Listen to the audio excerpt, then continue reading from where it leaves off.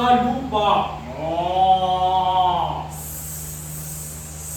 Wala ka! Hindi mo kaya yan! Ang langit ay para sa mga malalakas at matatalino, hindi para sa mga katulad mong masyadong mataas sa pangarap.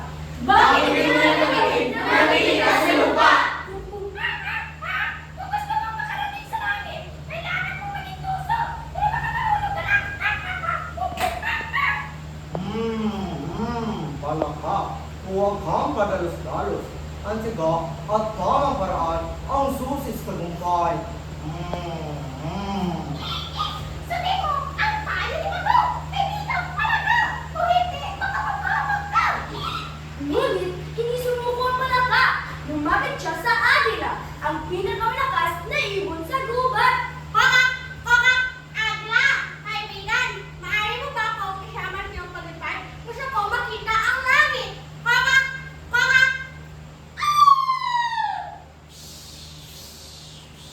Palaka, bigat ka pa sa amin.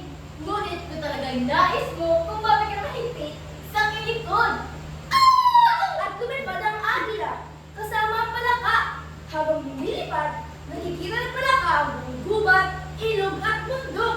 Gubat, ilog, bundok. Siya'y namamha. Kokak! Kokak! Ang ganda! Ang taas! Parang abot ko na ang langit. Kokak! Kokak! Palaka, mag-ingat ka. Huwag kang masyado mapakasaya. Baka mahulog ka.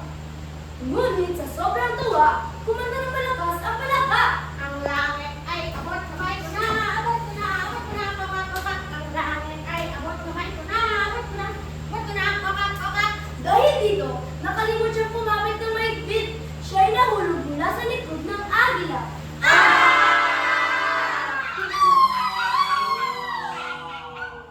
Ay naku, bumagsak ang palaka. Ha?